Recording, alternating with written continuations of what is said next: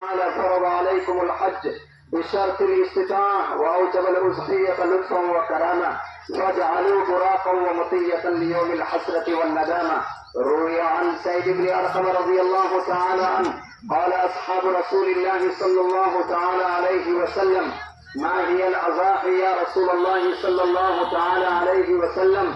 قال: سنة أبيكم إبراهيم. قالوا: فما لنا فيها يا رسول الله صلى الله عليه وسلم؟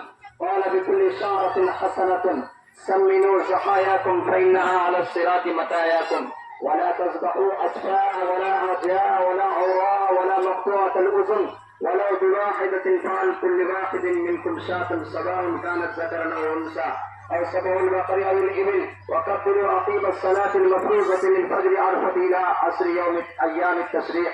أعوذ بالله من الشيطان الرجيم. وإذ يرفع إبراهيم القواعد من البيت وإسماعيل ربنا تقبل منا إنك أنت السميع العليم. بارك الله لنا ولكم في القرآن العظيم ونفعنا وإياكم بالآيات والذكر الحكيم. أستغفر الله لي ولكم أجمعين إنه هو الغفور الرحيم. ونتوكل عليه ونعوذ بالله من شرور أنفسنا ومن سيئات أعمالنا. من يهده الله فلا مضل له ومن يضلله فلا هادي له، ونشهد أن لا إله إلا الله وحده لا شريك له، ونشهد أن محمدا عبده ورسوله صلى الله تعالى عليه وسلم، خصوصا على أول الصحابة وأعلمهم وأفضلهم بالتصديق أمير المؤمنين وإمام المتصدقين أبي بكر الصديق معدن الصدق والصفاء وعلى الناطق بالحق والصواب الذي كان رايه موافقا بالوحي والكتاب أمير المؤمنين وإمام المتورعين عمر بن الخطاب قامع الجور والجفاء، وعلى جامع القرآن كامل الحياء والإيمان أمير المؤمنين وإمام المتقين عثمان بن عفان منبع الحلم والحياء، وعلى أسد الله الغالب إمام المشارق والمغارب أمير المؤمنين وإمام المهتدين علي بن أبي طالب خاتم الخلفاء، وعلى القمرين النيرين أبي محمد الحسن وأبي عبد الله الحسين سيد الشهداء، وعلى أمهما سيدة النساء فاطمة الزهراء،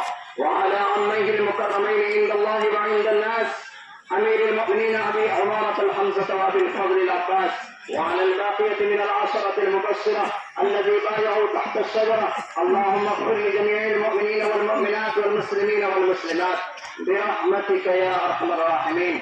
اللهم ارحم على السلاطين الكرام وخواطين العظام الذين قالوا بالحق وبه كانوا يعدلون. اللهم انصر من نصر دين محمد صلى الله تعالى عليه وسلم واجعلنا منهم، واخذل من خذل دين محمد صلى الله تعالى عليه وسلم، ولا تجعلنا منهم. عباد الله رحمكم الله، إن الله يأمر بالعدل والإحسان وإيتاء ذي القربى وينهى عن الفحشاء والمنكر والبغي يعظكم لعلكم تذكرون. اذكروا الله تعالى يذكركم وادعوه يستجب لكم، ولذكر الله تعالى أعلى وأولى وأعز وجل وأتم وأعم وأعظم وأكبر. دعاء فرمائیے.